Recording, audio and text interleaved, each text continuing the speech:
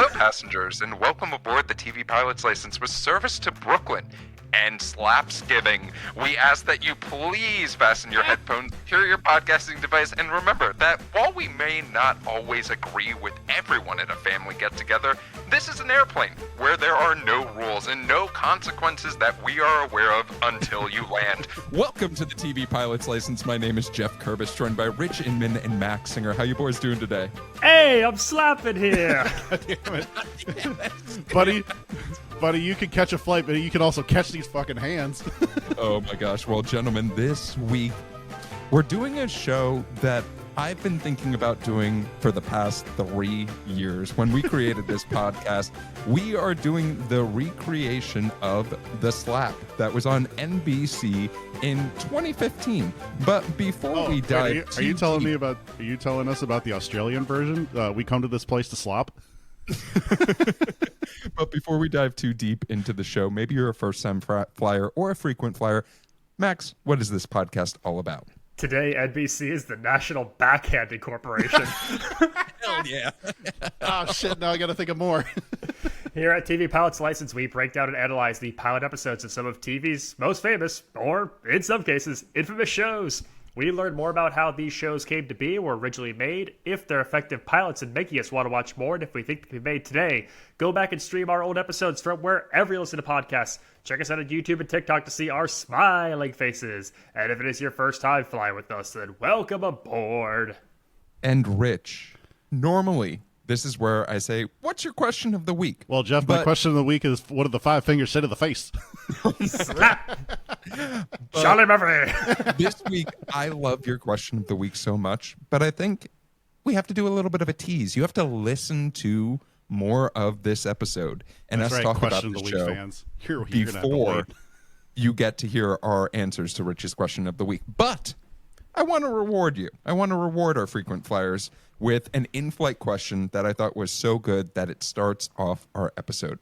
Our in-flight question this week comes from Terry in the DMV.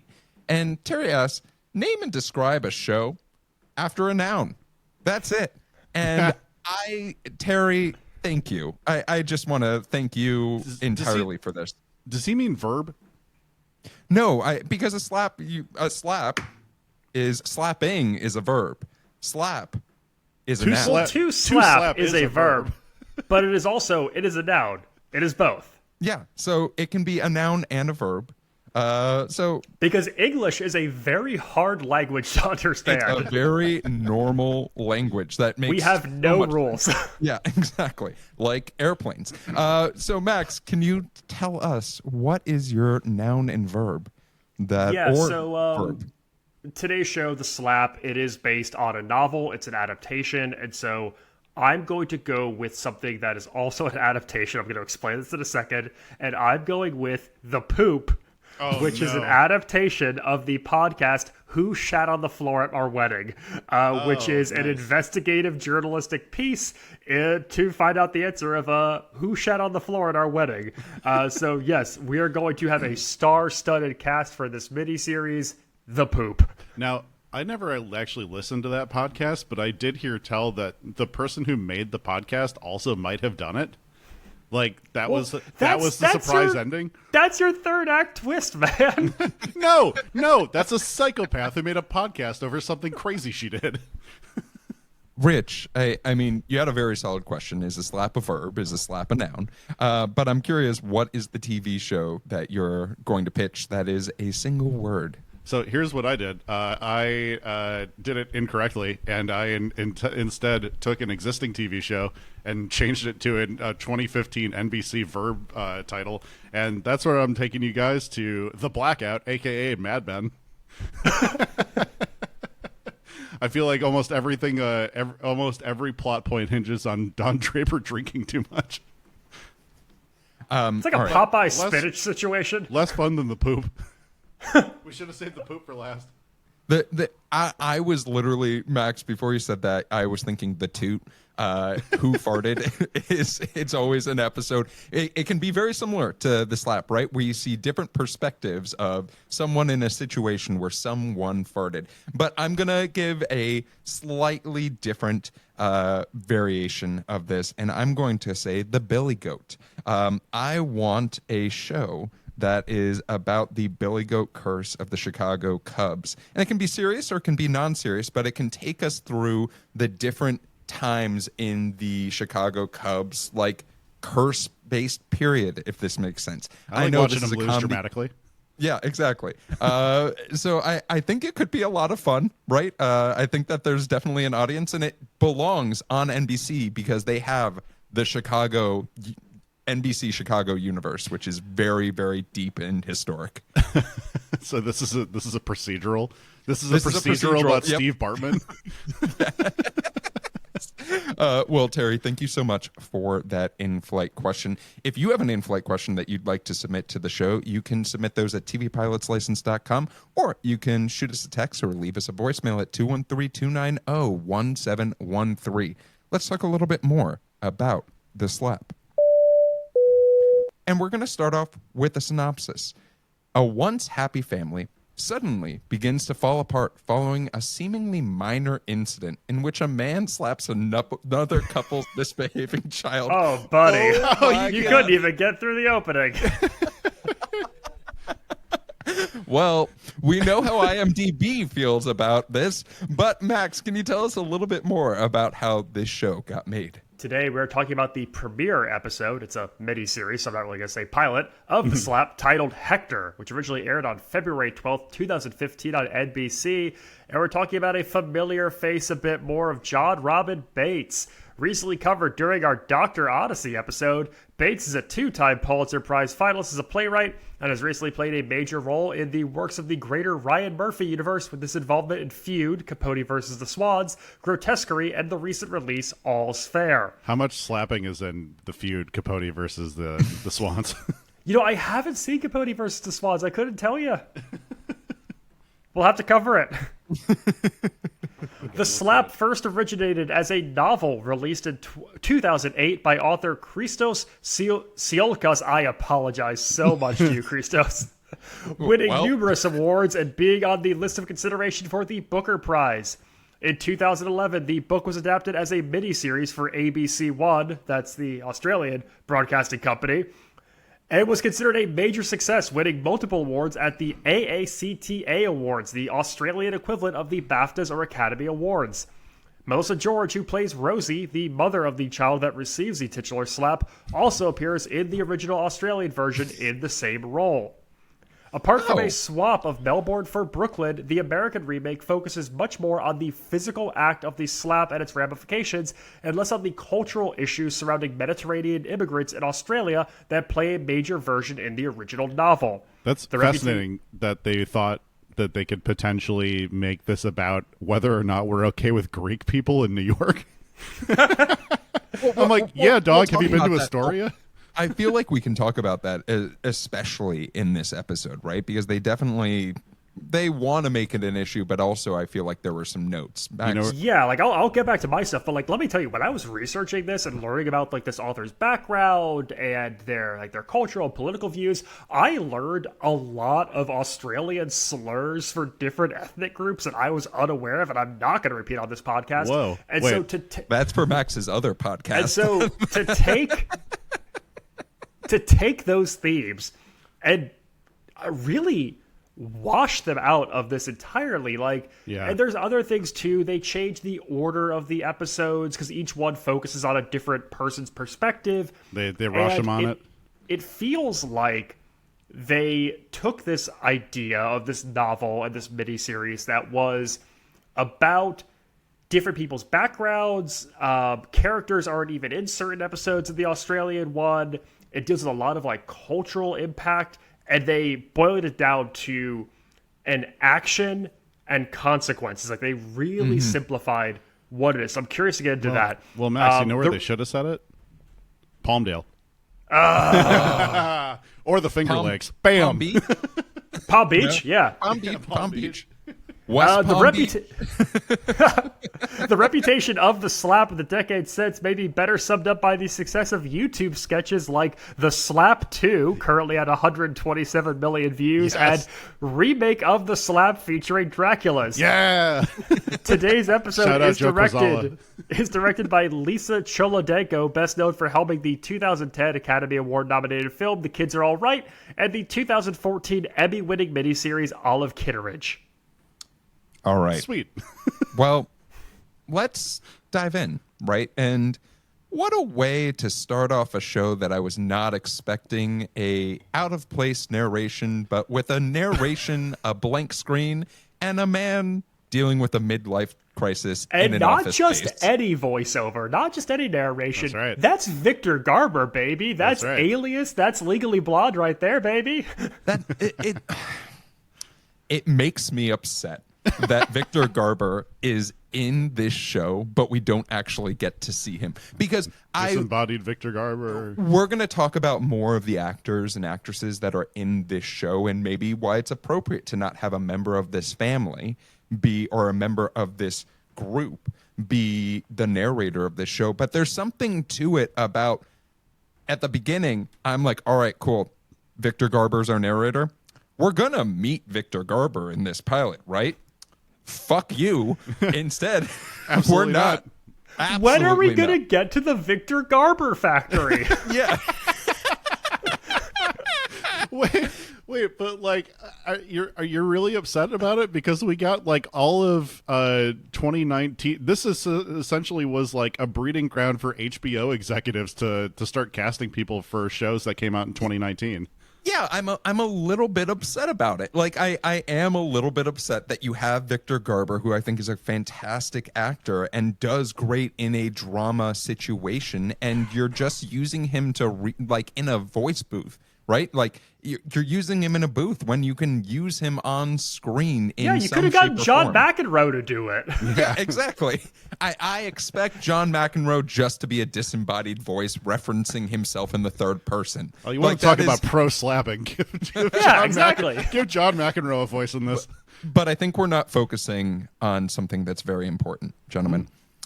How many martini glasses do you expect a government building to have in it to celebrate your 40th birthday? Because I counted at least 25 of them in that scene, and that is a concerning number of martini glasses.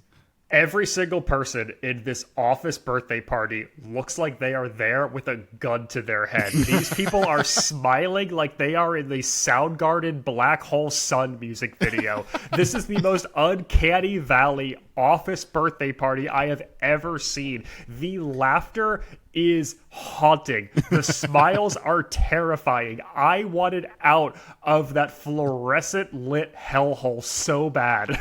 But I'm going to challenge you a little bit on this, on why I think it's important that they establish this. That they look unhappy. We have to establish that Hector is miserable. We have to establish Totally. the idea that Hector at 40 just sees life absolutely not going his way in every single capacity, right? Whether it is being passed up for a promotion because he is not diverse, which is an interesting thing I don't think this show talked about, but they really sort of like give their view within 30 seconds. Whether it is not being happy in his marriage, whether it is not being happy in his workplace, they really, at the beginning of this show, very much established that the only thing that is making Hector happy is this woman that we know nothing about named Cassie. And that is it. And it's pretty intriguing to me. Yeah, I mean, you don't expect his wife to be named Connie, right? Or was it Connie? Connie. Oh, yeah, Connie, excuse me. Yeah, I mean, yeah, they do a very good tease of like, oh, the only person that's on his mind is Connie. As like, oh, that's his wife. Nope. Nope. Nope, that's an underage babysitter. Well, what?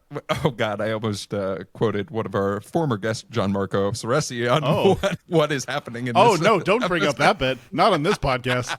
Not on this podcast. What a week to bring up that bit. No, I mean, let's talk a little bit more about this idea, though, Max. When we go into Hector's home. We see what life is like, and we get a little bit more detail of this unhappiness in general. Are you buying into Peter Sarsgaard's performance as Hector, as just being miserable in this gigantic house in Brooklyn? I mean, if Peter Sarsgaard's goal is to just be like a miserable prick, he's doing a really good job of it. He is turning 40. He fantasizes about affairs with much, much younger women, and he's got an affinity for jazz. No one has ever gone through more of a midlife crisis than Peter Sarsgaard has. I do appreciate, though, that Peter Sarsgaard did want to become a big-time actor because he could very easily just play past Ralph Fiennes for his entire career and made out really great with it. No one agrees. So I am curious about, for the two of you, while we are learning a bit more about Connie, I have a question that I haven't asked either of you in a bit, which is the intro sequence that we're given, this title card sequence that we're given in this. Did you guys like it? The maps and the map that looked and resembled a hand, the leading down a subway map, to be able to see that this is the intersection of this story that we'll be talking about today? Or did you think it was a little bit too tongue-in-cheek? That felt very tongue-in-cheek for me.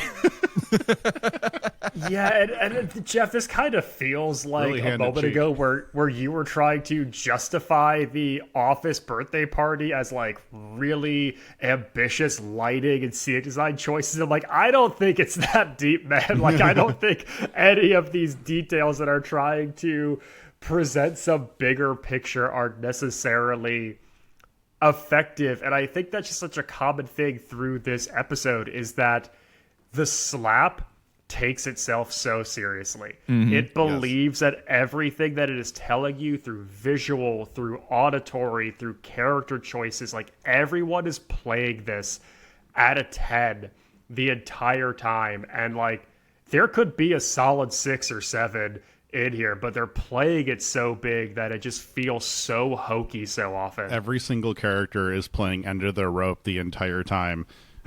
And it does feel like what I will say is that they're trying to accomplish two things. They're trying to conceal who does the slapping, which I think they do a good job. They're like, we know it's going to happen. We don't know when. We don't know who it's going to be. And how funny would it be if it didn't happen in episode 1? I would have not shown up to record today. But it's not Murder on the Orient Express. It's the slap. Like, why? There's only one of them. They didn't call it the slaps. They called it the slap. I will watch Agatha Christie Presents the Slap any day. I want to move forward a little bit because we're leading up to this big family get-together, right? Hector's 40th birthday party that he seemingly does not want, or really is we're gaining momentum going into this moment. And I think one of the ways that the show really tries to do that is by giving us a bunch of different characters, rich, as you said, that are all different sorts of levels, all different sorts of perceptions. So we don't know who is going to be slapping in this instance. Who's going to be giving out the singular slap? How do you think about this gathering, Max? Do you think it gives a good idea of being realistic, of maybe not having the greatest but forcing a relationship with your family, or did you get something else from it? Well, what I think it does is it gets you all in one place, which is very like catalyst event build up. We need to get ourselves in a location, and we need to start to put together people that are going to have different levels of conflict with one another to build that powder keg. My personal favorite person in this entire room, far and away, is Penn Badgley. As the young, dumb, himbo actor boyfriend of Uma Thurman, which amazing get Uma Thurman for this show. Yeah. Penn Badgley looking like the pinnacle of indie sleaze, looking like I wanted to look in 2015 more than anything, and trying with various degrees of success. He's my hero in this because he just he just keeps to himself. He makes conversation with everyone, and he causes zero problems at this birthday party. He's a great guest. Is this TV show the center console of my car? Because I see an underutilized Penn in there. Yeah. No. I like that. I refuse. I want to talk about the concept of what the Australian show was focusing on, and I think this show sort of skirts around, right? Which is the concept of Greek immigrants in this show being they try to really focus on the idea that, hey, the parents are both straight out of Greece, right? They've come to the U.S., they have made a life for their children, and they were able to provide to them to get to a certain level of success, as well as a close-knit enough relationship that there are cousins and all this sort of stuff. Rich, what broke you? Rich is losing his mind right now for the audio audience. So, I'm afraid that I'm going to give away the slap too early. But I just thought about it's Zachary Quinto giving the old grease lighted.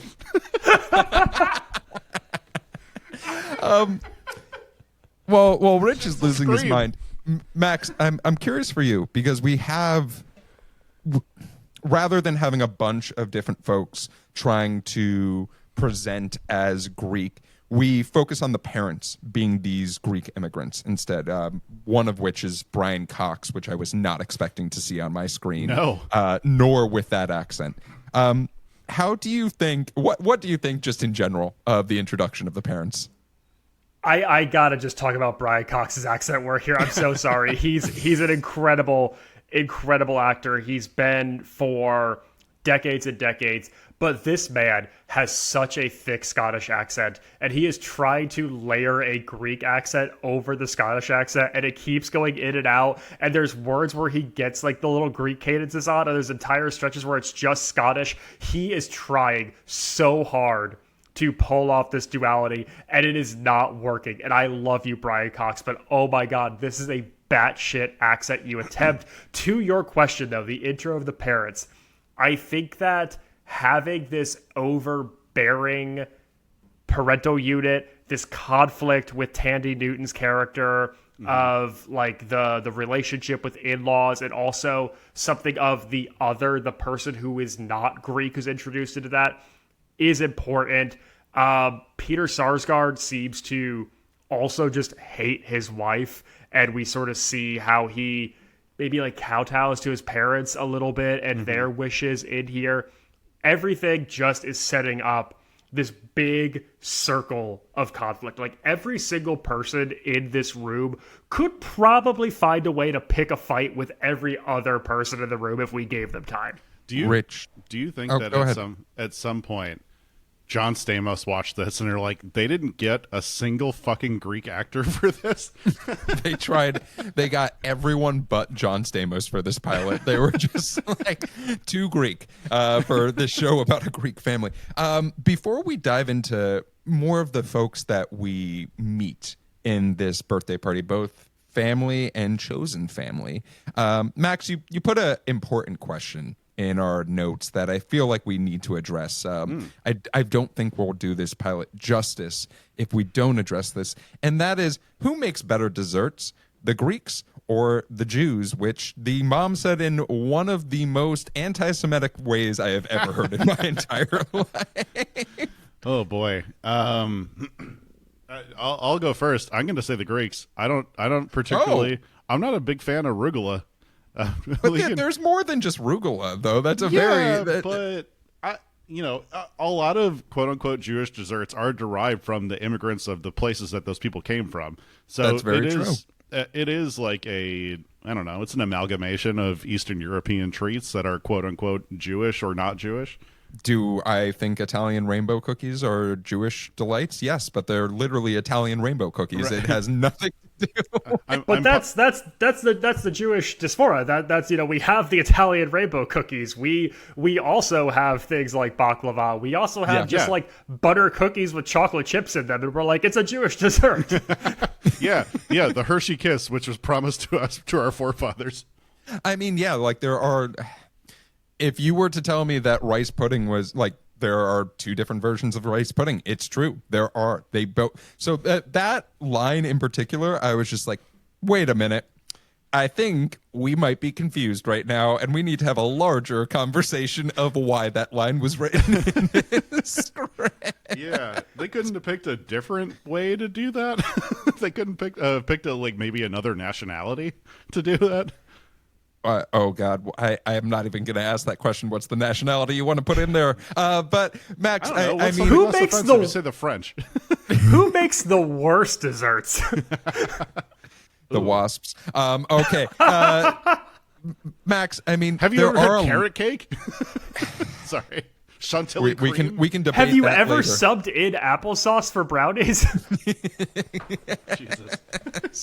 Max, I sort of referenced it a little bit earlier. There's not just family at this gathering. There is also chosen and extended family at this gathering. And I'm curious if there were any folks that you were super intrigued by their performance, especially given that you did some research for the show before it.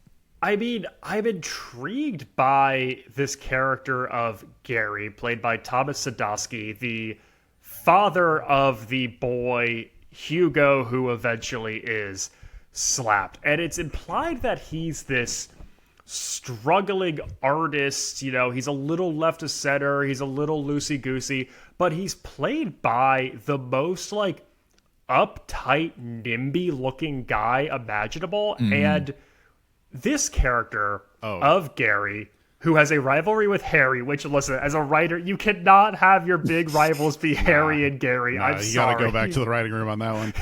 You gotta come up with a second option there. He doesn't, to me, embody what his character is supposed to represent, because you have this person of Harry come in who... He immediately is like, where am I going to park my Range Rover? I'm going to get mugged. It's Brooklyn. While they're surrounded by the nicest brownstones I have ever seen. I know. Those are all $2 million brownstones minimum. In 2015. I was so prepared for Hector to be like, hey, you can just park here, where there was clearly a no parking sign and a fire hydrant. I was ready for that joke to happen. And I was slapped in the face with, no, you do not get this very funny setup that could happen. I'm intrigued about this character of Gary because he's supposed to sort of represent this other. He is different than Uma Thurman, who plays this big, like, Broadway producer and casting agent. He's different than Harry, who is this rich yuppie who can only appreciate art based on dollar signs. He's different than Hector, who is this big shot in city politics. Yet I don't feel like he is another. And so I don't understand, like, what his character's motivations are. And I think that's a tough thing for a lot of people in this, where it's like, I don't understand necessarily where you're coming from. I don't know your whys. I don't know, like, who you are. Yeah. I want to hit on this really quickly because I think I don't want to make excuses for this show, right? Nor am I trying to make excuses for the show. It's more prompting interesting conversation from the two of you. But what if I said that I think Gary, in this instance, was just to be an antagonist and to rile up a Harry, right? Right. We do see Harry is very easy to become flippant, is a little bit of a hothead in these situations, extremely, it appears off of first glance, very easily thinks that people are picking on him, and probably not for good reason. So having someone who is his direct opposite, literally there's the conversation that comes up in the pilot of like, hey, I don't think we'll agree on anything. What about Nazis? Which I was just like, oh, let's see where this goes. But Rich, I'm curious about you. What do you think about the Gary Harry situation? They leaned too far away from it being a Republican versus Democrat thing. It sounded like that's where they were trying to take it, where it was like if they had any if they had any foresight, they probably would have tried to do like a democratic socialist vibe for Gary. Also, the fact that neither of you guys brought up Aaron Sorkin's The Newsroom while discussing this character, I was ready very for alone. I was ready for Thomas Sadowski to tell me who died on an airplane in 2015. We have compromised to a permanent end, Osama bin Laden. He needs to reveal who slapped the kid. Two pilots walk out onto the deck somehow from nowhere. Nothing about Aaron Sorkin's The Newsroom has prepared me more for journalism to just be about professional tattletaling. Okay. They really did. It felt like they were trying to honor the original part of this too much. Like, we don't have the same view of Greek immigrants that Australians do. And I didn't know that Australians had a problem with so many people individually. That feels very Texan of them. But it's like, we have an entire giant Greek neighborhood in Queens. Like, that's not a thing here. And what they could have done, instead of making this a rich versus, like, they like almost made him like try to be like a Bernie bro, but they like fell short of that. They really needed to reimagine this, because you have way too much star power at this dinner table for that to be the inciting event. Yeah, and it doesn't feel like it's old Brooklyn versus new Brooklyn. It doesn't feel like it's an us versus them. These two people, their mannerisms, their appearances, they feel like they're cut from the same cloth. They shouldn't have made them white, to be honest. If I'm recasting, they shouldn't have made those characters white. They should have added another element to it. That would have been a super interesting choice, too, to try to cast a little bit more diversity in this cast that is very, very, very white. They made them two Park Slope, like, young couple-y to make this Welcome worthwhile. to Brooklyn, the Parts of Brooklyn podcast. Look, man, I mean, we've had a whole history of films, from Moonstruck to My Big Fat Greek Wedding, and yet we could only get the finest Scotsman to play our Greek patriarch in this show. It does feel insulting that they didn't use a single person from My Big Fat Greek Wedding to take Brian Cox's part. Not a single one of them. Insane. Imagine they do it, they get John Corbett from Sex and the City. Hell yeah. Fuck, we messed up. Yeah, never have I ever thought like there would be so much underutilized talent in one TV show. I do want to talk about two characters that we have not really brought up that much, and that is Richie and Connie in this, because Connie is alluded to, right? She is this 18-year-old girl that is, it is confirmed 18. Max, he shows up at her place of work silently. Yeah, 18-year-old girl that is having some form of a relationship with a soon-to-be, if not already, 40-year-old man. Yes. And then her friend Richie, who I think when they said, I'll pay you a penny for a photo, I was just like, how old are you, 135? Like, that's not how this works anymore. We can see your house, Hector. Yeah. I think that was a joke. Was that not a joke? Because he's shooting it for like an art piece or whatever. He's just shooting it. I think Lucas Hedges is a nice bright spot in this show. This was, Max, we were actually texting about this before we recorded, that this was sort of like at the beginning of that little time period where Lucas Hedges was in everything. Like he was in every single thing. And you could see, especially in that scene between Hector and Richie, where Hector's washing his hands or something of that sort, and then Richie snaps the photo, that there's some really good pieces of acting in this that are scattered amongst a lot of what did I just watch? What's happening right now? I think for Hector to be so obsessive and to have these fantasies as they relate to Connie, and then to introduce this character of Richie, who like sort of plays a voyeuristic element into this episode of he's taking pictures. Evidence. Yeah, like, but like taking pictures, lurking in the shadows, like capturing moments that we don't see as an audience on camera, and so sort of establishing like we don't know what else he's photographed is interesting. It's a little like golly gee mister for me at certain parts. Like I do think his character is a little one note as like the teenage kid, but it does add at least one element of a person at this party who feels different, like systemically and like socioeconomically from everyone else here. Yeah. So, Sorry, go for it, Rich. No, it's okay. We can keep moving. I feel like it's time to talk about it. I feel like we have to talk about the slap.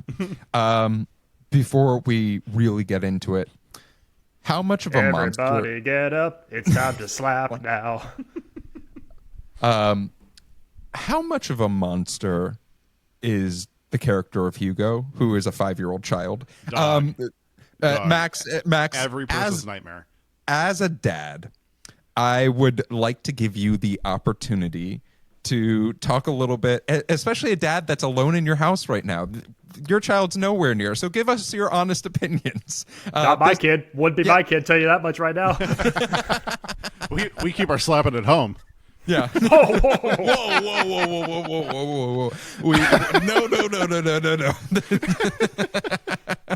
But Max, in all honesty, I think that we all have those moments where we see a child or a family in public and we say, what the hell is happening in this situation? And I'd be very surprised if the two of you also did not have that reaction of, well, this child is a monster that is being let loose on this family. Yeah, Hugo is an absolute heathen. And what's interesting about the slap is earlier on, we do see Peter Sarsgaard put hands on the kid. And in my head, I was like, is it coming? Is this it? Is this the slap? They're going to do the slap already? It's going to happen in the kitchen? That's the grand tease. That's the Penn and Tellering of the...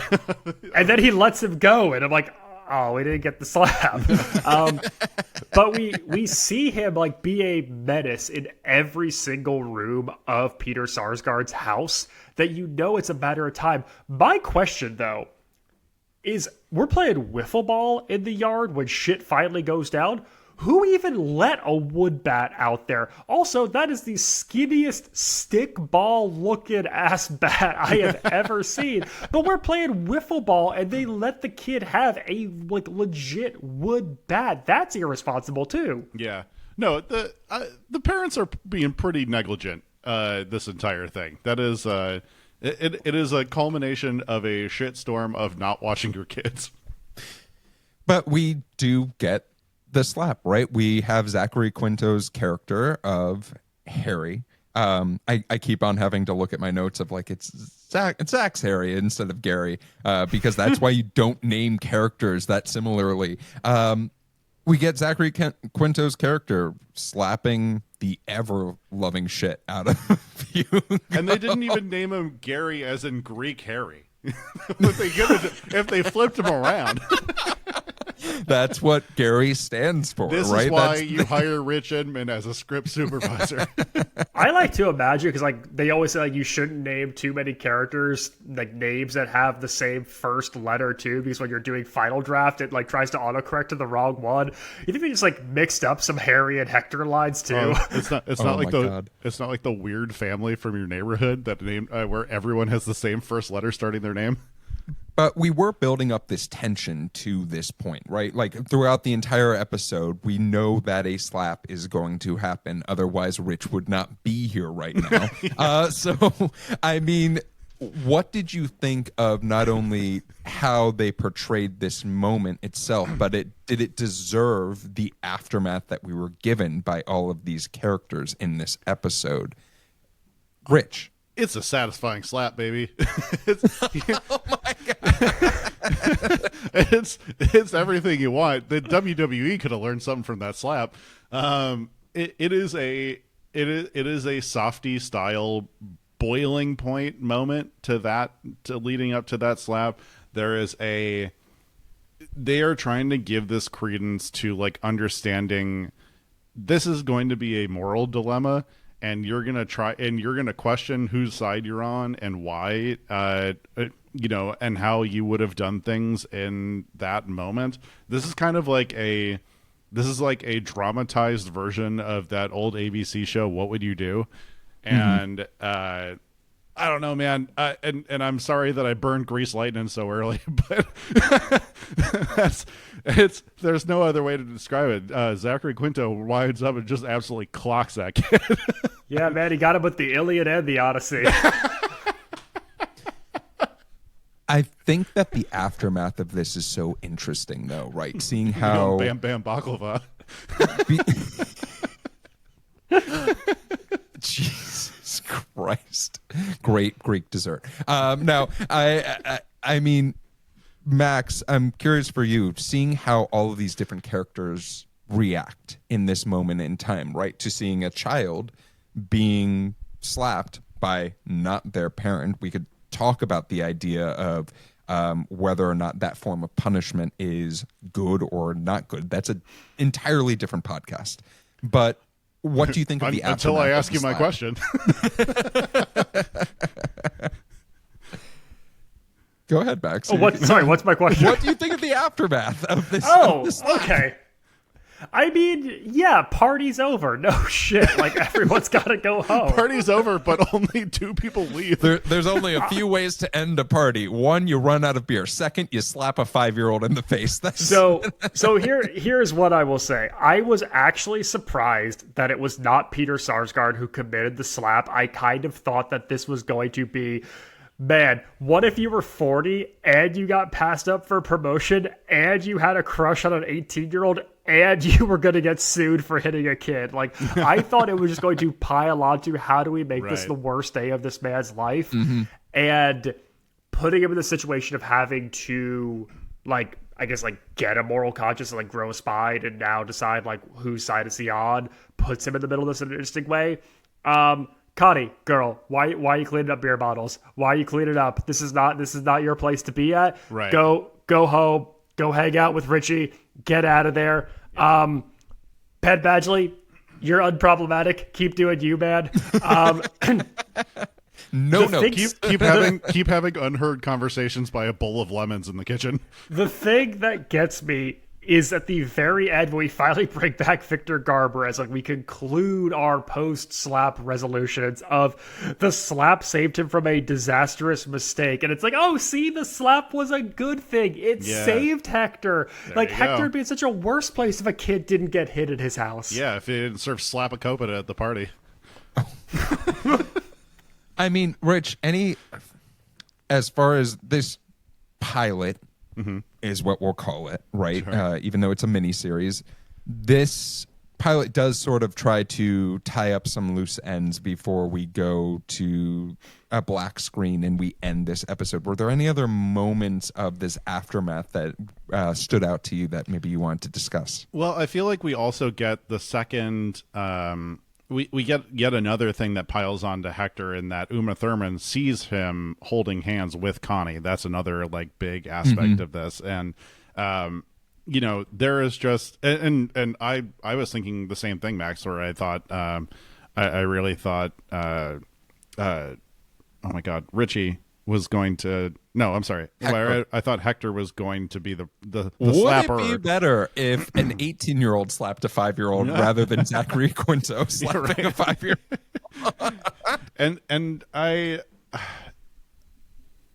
And we'll talk about it more when it comes to, like, whether or not we're watching more of this show.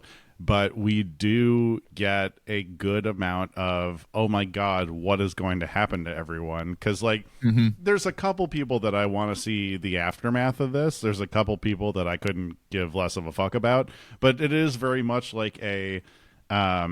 they do it in kind of like a murder mystery way where it's just like everyone's a little guilty of something, but who's the one who's actually going to face real consequences for this? And yeah, I'm excited to see what Aisha's hiding. I'm excited to see, like, what the probably insidious nature of how Uma Thurman and Penn Badgley got together with the power dynamic there. And yeah, I mean, I think they have set this up very well to be like, oh, okay, I need to see more Rashomon perspectives of this. So that's our pilot, but I want to talk about things that we loved about this pilot, things that you want to give a little bit more shine to. Max, any things that you loved about this pilot that you wanted to talk about? Yeah, my queen Uma Thurman giving a bunch of pre-rolled joints as a birthday gift to Peter Sarsgaard for his 40th birthday. She's got herself her until we find out that maybe it's nefarious. I don't know. Her younger hunk in Indy Sleaze Penn Badgley. She's giving out weed as birthday presents. She is witnessing some nefarious action amongst her friend, but she generally seems to be uninvolved with any of the issues or things that build us to our boiling point in today's episode. She's just living her best Brooklyn theater life. Rich, what about you? I really liked Thandie Newton's ability to never get below a 10 at anger wise. just angry at her husband for 45 straight minutes. She does not change her character or demeanor whatsoever the entire time. All right. This is going to sound out of character for me, but fuck it. Sex on a kitchen table with Valium and cigarettes. Boy, does that sound like a great 40th birthday. Just do that. Don't have the fucking birthday party. If you were to offer me that or a 40th birthday party, I'd probably... He tried to just do that. He tried to just have that. He tried his hardest, and guess what? He got a party, cake, and that. What a day. What a great day. What about wait a minute moments, things that cause you pause? How the fuck old is Hugo that he's still breastfeeding? That is scary. That is a scary sight. I'm glad you brought this up because I think that this show does do an interesting thing about bringing up this stigma of public breastfeeding, but also with a kid that's way too old. The issue is not the public breastfeeding here. To a fucking 15 by being like, what if public breastfeeding with a 5-year-old? Like that is so much. That kid doesn't even look 5. Like this kid, if you can do a book report, you shouldn't be breastfeeding. And that's a Rich Inman seal of approval on that one. Oh, wait till we come out with the daily calendar with those bits of wisdom. Max, what about you? I mean, this is more of like a broad scale wait a minute moment, but I gotta go with the fact that like every single freaking show on like a streamer now is just what the Slap was a decade ago. None of them are drama series. They're all events. No, you're not an event. Don't give yourself that much credit. They all have a star-studded cast with way too many award winners. They're all 8 episodes, each from a different person's perspective, and they all suck. Every single show is just the Slap. The streaming era of TV is just more slaps. We have created 10 different networks of peak TV or prestige TV that are just variations of the Slap. I can see 10 different shows right now that are the Slap in various circumstances. It sucks. Yeah, for myself, I think we talked about this a little bit earlier, right? The concept of the show really tries to make a big deal out of that this family is Greek, right? And having it in New York seems really out of place, if that makes sense, if that's going to be a thing, right? That's how few black and brown people are in Australia, that they have to start being angry at the Greeks. Like, I don't want to tell on any place in specific of where I would cast it so that it would make more sense that people were upset about a Greek family. But I think that those places do, in fact, exist. And we could have tried a little bit harder as far as picking one of those for this show. Rich, we have one more question. And instead of an in-flight question, it's your question. It's Rich's question of the week. So why don't you give us Rich's question of the week? Guys, we're doing a speed debate. You have been given your question ahead of time, and that is, are you pro or against the ethical implications of this slap? So are you saying, yes, Zachary Quinto deserved to slap that kid, or Hugo deserved to be slapped? Or B, morally wrong? Are you against why that slap should not have, or argue for why that slap should not have occurred? I'm going to give you each 60 seconds, but you are not going to know what you're not going to know what side you're taking until right now. until right now. So I have a random number generator right here. 1 is the affirmative. 2 is the negative. Negative is you are arguing that the slap should not have happened. And so, Geoff, you are going to go first, and you are arguing against the slap. Great. Which means, Max, you are arguing for the slap. Fantastic. And before you do this, I just want to really make sure that we protect ourselves from being clipped. We are doing this as a comedy podcast, and these views might not be our own because Rich is a fucking maniac. Well, I can't wait for that to be edited out of future clips. And Rich is a man. I act. All right, Rich, you ready? Yeah, all right. And your time starts now.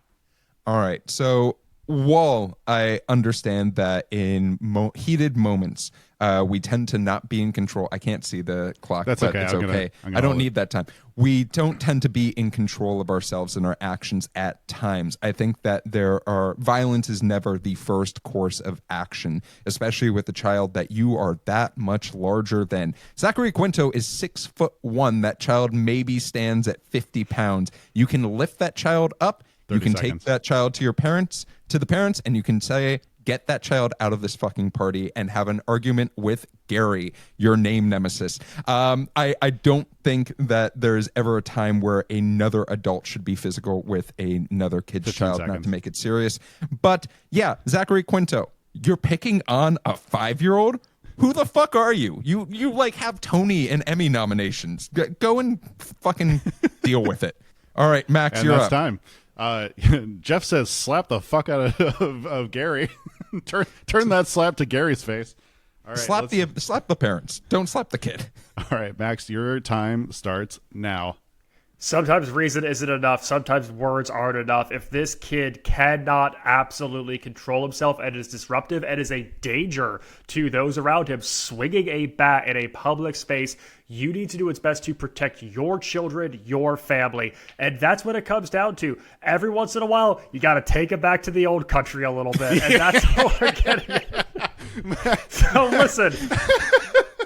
It's not something that you're going to do time and time again. But if those parents are just going to be so disengaged, so oblivious to the actual safety that is causing other people's children, every one of those kids could have been hit with a bat at any moment. I'm not saying it's the right call, but I am saying that Harry could have saved a 5-year-old's life in that moment at that party. So look, if that's what it takes to keep other people safe, sometimes the wrong thing is the right thing in this situation. And that's time. Damn. Both of you guys, succinct points in 1 minute. Well done. Neither of you guys win. The only answer is a golden dome protecting Zachary Quinto. All right. Well, Rich, thank you so much for your question of the week. Let's talk a little bit about the history of this show. This show, as it was, NBC sort of did some interesting stuff here where they called it a miniseries, but then they were like, maybe we bring it back. And that brings Slap 2, Electric Boogaloo. But they very much were like, well, we're not renewing it because it was a miniseries, but like also there were contracts out there. So who knows? I do want to say that, Max, it's really funny that you're bringing up Uma Thurman as a casting choice because she was the second choice because Mary Louise Parker was originally cast in that role, but she got pneumonia, so they had to ask Uma Thurman if she wanted to be in the show. She was busy. She was in the weeds. Yeah. As far as viewership, this show just suffered from it in general. They gave it a weird time slot. It debuted with 5.13 million people, which in 2015, not enough. Then they started trying to move it around to find the slot of people. But when you only have 8 episodes to do that, that really confuses the limited audience that you have to try to find a show that they may or may not be interested in. This show was nominated for 3 awards. And could you imagine if I said it won them all? It won 0 of them. And that is the history of this show. Beautiful. Rich, it's time for your game of the week, unless that debate was your game. That was my game, baby. Thanks for playing Rich's game of the week. Awesome. Well, gentlemen, I have 2 questions for you. Testing your The moral first, slaptitude. the first being, You watched The Slap. Do you want to see its follow-up series, The Aftermath? And the second question is, Max, you sort of referenced it, right? What Netflix, Hulu, all of these streamers are trying to do are take these singular events and turn them into larger series. Some of them comedic, some of them drama-based in this instance. And I'm curious, do you think shows like this have a place in your TV watching appetite? Or maybe just like give us something else? Max, is the thing you shit on all of the streaming networks for going to be something that you argue for? the other thing, the other noun show that Max loves, The Floor. So, Rich, I'm curious. All right, this is going to be a huge shocker to both of you, but I'm watching another slap. I will say I'm only watching it if they slap the kid every single episode. I'm talking slow motion. I'm talking he wants different to see a angles. Backhand. He wants to I'm see... talking from down below. Bam. I'm watching Hugo get slapped in every iteration of this thing. There's just too many good actors in this for me not to be compelled by what they're going to bring to other episodes. I mean, the fact that you have to have like Penn Badgley in your back pocket, that's crazy. This is I do think the show is going to get better. I think Brian Cox is going to be better. I think throwing some more attention Uma Thurman's way is going to get better. It is too good of a cast. I love every person that's in this show. It is insane to me when we picked this show and I looked at the cast and did not realize that there are so many like future Emmy nominees and winners in this. But yeah, when it comes to web series, or I'm sorry, not web series, short form series. Yeah. I don't think we're ever going to get rid of that. I think it is the buy-in of I feel like that's kind of like the new way that we are doing TV in general. Like seasons of arguably the most watched TV show of this past year, Severance, it's 10 episode seasons. It's essentially a mini series again.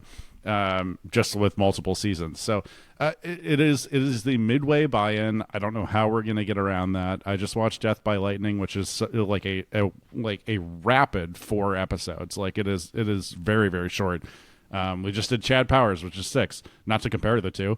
But yeah, I'm saying yes, watching more. I'm saying we are not escaping the mini series hell that we are in. Max? I can't do it, man. As much as I want to learn about the mysterious ways of Uma Thurman, I just cannot bring myself to get to episode 2. Hell yeah. For all of the acting firepower, there's just nothing that I feel is given to these characters or to this world. It is all text, no subtext. There's nothing that I want to really get to the bottom of here.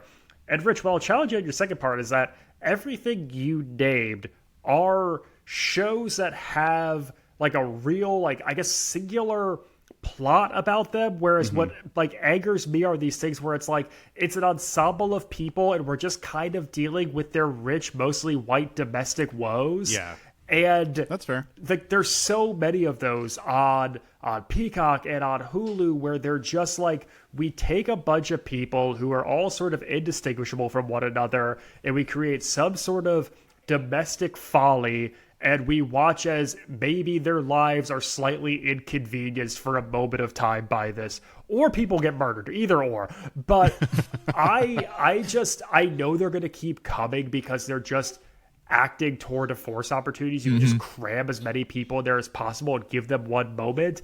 But for me, it's just not the kind of TV that I want to engage with. All right, Jeff. Break the tie. God. So when we picked this to do this, I thought, wow, this is going to be like when we do those ABC family shows, you know, or Freeform or CW, where it's just like, we're just going to rag on this and I'm going to have a great old time. And then I watched it and I literally stopped my TV and I thought about it.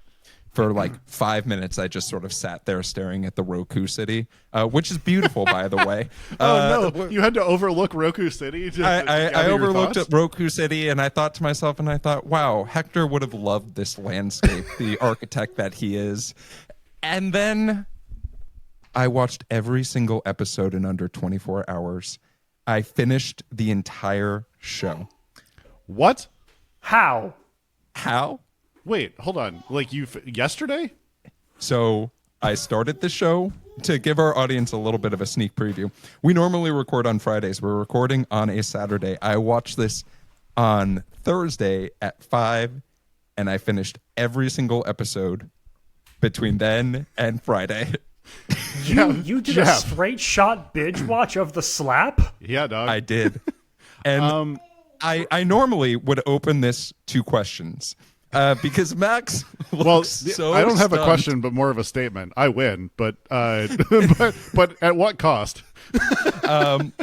And what I will say to our audience who maybe chose to watch the pilot, maybe are thinking, give this an episode 2. This show has some amazing performances in it. Okay. Some truly amazing performances. And given the nature of the type of show that it is, where we focus on a character while having the rest of the cast appear, you have opportunities to just let some really great actors just act, like just go straight at it. And in particular, the 2 episodes that I will call out that I think are really important in this is Brian Cox's episode is just an amazing episode. It is fantastic. It gives you everything you wish you knew at the beginning of this show. And Uma Thurman's episode is one of the most devastating episodes of TV I've watched in a little bit. Where I was just like, wow, I understand this character a lot more. I understand the way that they are, but also I love that they gave us this. And then she barely shows up in the rest of the show, and I'm fine with it. She had commitments, baby. So what I will say is, do I recommend my media consumption schedule? No. But do I recommend watching more of this show? Yes, sort of. Depends on you. But what I will say about shows like this is, Max, to your comment, these are tour de force opportunities. Yeah. When we did our Emmys episode, right, we talked about how annoying it is when people are just like show up for a little bit and then they get an Emmy nomination. People want that mini-series Emmy nomination, and they're going to do these shows to feed their own fucking egos. So we're going to get more of it, and I hope occasionally we get a performance that is so good that we're like, holy shit, that was absolutely worth this category still existing. Well, gentlemen, now that I've blown your brains and our flight has come to a land, I want to make sure that folks can find you wherever you want to be found.